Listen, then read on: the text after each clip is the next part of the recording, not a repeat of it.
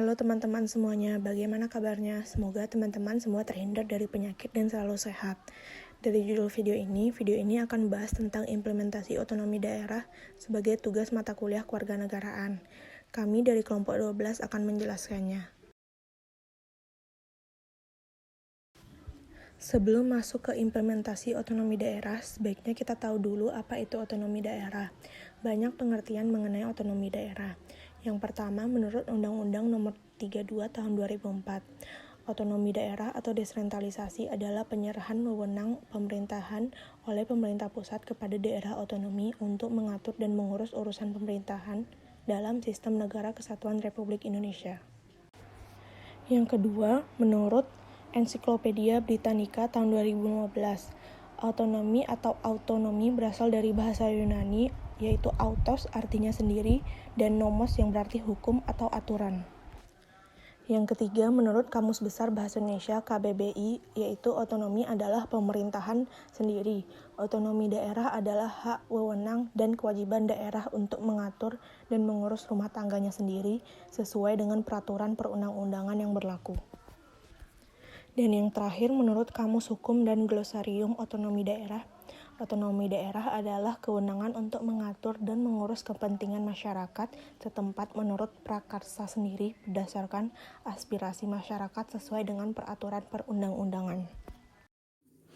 Nilai dasar otonomi daerah di dalam buku Desentralisasi dan Otonomi Daerah karya Syamsuddin Haris, otonomi daerah memiliki beberapa nilai dasar, yaitu yang pertama ada kebebasan. Kebebasan masyarakat dan pemerintah daerah dalam mengambil tindakan dan kebijakan untuk memecahkan masalah bersama. Lalu yang kedua ada partisipasi, yaitu masyarakat berperan aktif dalam proses perencanaan, pelaksanaan, dan pengawasan kebijakan publik di daerahnya.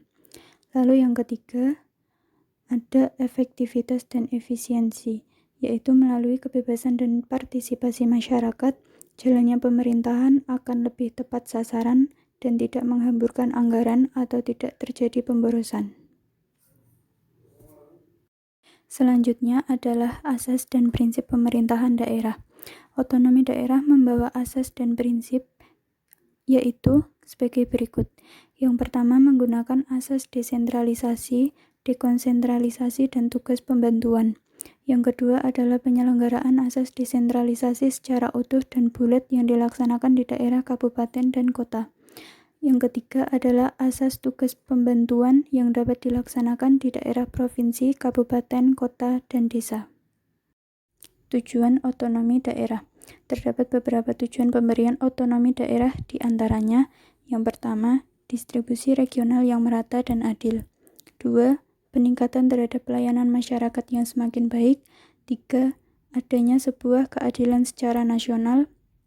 4. Adanya pengembangan dalam kehidupan demokratis. 5. Menjaga hubungan yang harmonis antara pusat, daerah, dan antar daerah terhadap integritas Republik Indonesia. 6. Mendorong pemberdayaan masyarakat. 7. Menumbuhkan prakarsa dan kreativitas, meningkatkan peran serta masyarakat, dan mengembangkan peran dan fungsi DPRD.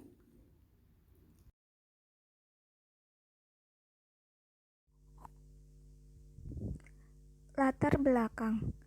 Otonomi daerah sebagai suatu sistem pemerintahan di Indonesia yang desentralistis bukan merupakan hal yang baru. Penyelenggaraan otonomi daerah sebenarnya sudah diatur dalam Undang-Undang Dasar 1945. Walaupun demikian, dalam perkembangannya selama ini, pelaksanaan otonomi daerah belum menampakkan hasil yang optimal. Pelaksanaan otonomi daerah pada era reformasi ini seperti pedang bermata dua. Di satu sisi, otonomi daerah diterapkan dengan harapan bahwa pemerintah daerah di seluruh Indonesia memiliki kewenangan atau otonomi untuk mengembangkan ekonomi dan potensi daerahnya masing-masing yang berdampak pada peningkatan kesejahteraan masyarakatnya. Namun, di sisi lain, pemberian otonomi daerah ternyata berkembang menjadi pundi-pundi uang bagi koruptor. Salah satu penyebab kurang berhasilnya pelaksanaan otonomi daerah saat ini adalah karena lemahnya sistem checks and balance sehingga para kepala daerah yang mendapat julukan negatif raja-raja kecil ini kurang respek dan patuh kepada kewibawaan pemerintah pusat dan aturan hukum.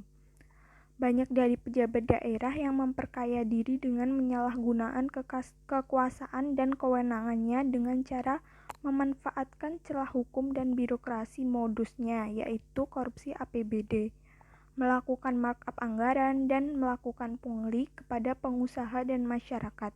Fenomena pungli secara langsung akan berdampak negatif kepada iklim investasi. Selanjutnya adalah pembahasan studi kasus. Sistem otonomi daerah diharapkan bisa mendukung proses pengembangan potensi dan kesejahteraan daerah. Tetapi dengan adanya otonomi daerah, tidak jarang terjadi sengketa yang memperebutkan batas wilayah yang mempunyai potensi ekonomi yang tinggi. Perebutan sumber pendapatan daerah sering juga terjadi antara pemerintah pusat dan pemerintah daerah. Pemikiran yang bersifat regional, parsial, etnosentris, primordial juga seringkali mewarnai pelaksanaan otonomi daerah sehingga dikhawatirkan dapat menjadi penyebab terjadinya disintegrasi bangsa. Selain itu, kekuasaan atau otonomi yang diberikan kepada para kepala daerah merangsang para pengusaha, birokrasi, dan politisi untuk berlomba-lomba meraih posisi strategis ini. Akibatnya, terdapat banyak posisi kepala daerah yang dipenuhi oleh orang-orang yang tidak kompeten dan tidak memiliki rasa tanggung jawab kepada publik. Pada bulan Mei 2012, terdapat sekitar 173 kepala daerah yang tersangkut kasus korupsi, dan pada bulan November 2012, Mahkamah Konstitusi menyebutkan bahwa ada sekitar 240 kepala daerah yang memiliki permasalahan hukum. Meningkatnya jumlah kepala daerah yang tersangkut kasus hukum adalah tanda bahwa praktik korupsi di tanah air sudah mencapai tahap yang berbahaya. Perkembangan pelaksanaan otonomi daerah membuat kepala daerah kekuasaannya sering tidak bisa dikontrol oleh pemerintah pusat.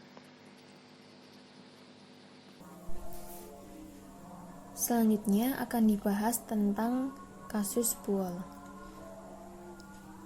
Fenomena pungli perlu mendapatkan perhatian khusus karena secara langsung berdampak negatif kepada iklim investasi. Dalam hal ini, praktik pungli memberikan dilema tersendiri bagi para pengusaha, pelaku bisnis, serta investor. Karena akibat hal tersebut akan menimbulkan potensi kriminalisasi kepada pengusaha. Penegak hukum dapat mengartikan bahwa pemberian uang kepada pejabat ataupun pegawai negeri sipil dapat dianggap sebagai penyuapan yang bisa dikenakan hukuman pidana korupsi. Dalam hal ini, salah satu contoh kasus yang menarik perhatian masyarakat adalah kasus penyuapan Bupati Buol Amran Batalipu dengan pengusaha Siti Hartati Murdaya. Kasus Buol ini menjadi bukti lemahnya kontrol dari pemerintah pusat yang terlihat pada dua kerusuhan anarkis yang terjadi pada September 2010 dan Mei 2012. Dalam kerusuhan tersebut, pihak kepolisian tidak mampu menangani situasi, sehingga pengusaha harus membayar kepada oknum pejabat setempat agar kondisi kembali menjadi aman. Kemudian, kasus Buol ini memperlihatkan bahwa otonomi daerah berpotensi melemahkan pengaruh serta peran pemerintah pusat. Dalam beberapa kasus, kepala daerah justru memiliki pengaruh lebih besar daripada pemerintah pusat. Dalam kerusuhan Buol misalnya, kepala daerah dapat melakukan tekanan melalui pengaruh informalnya di daerah.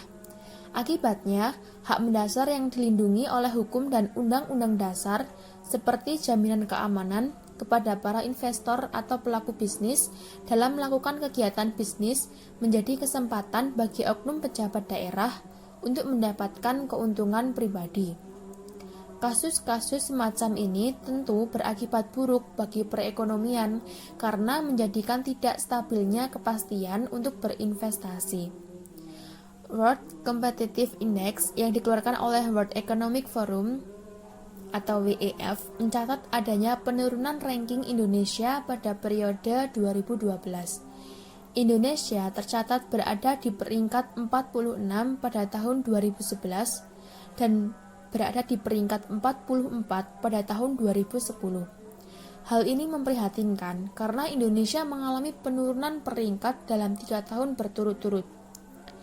WCI atau World Competitive Index juga mencatatkan bahwa hambatan birokrasi merupakan salah satu permasalahan terbesar dalam berinvestasi di Indonesia. Solusi untuk menghindari terulangnya pelanggaran-pelanggaran hukum akibat penyalahgunaan kewenangan otonomi daerah antara lain adalah: yang pertama, memperkuat sistem check and balance atau pengawasan dalam pelaksanaan otonomi daerah.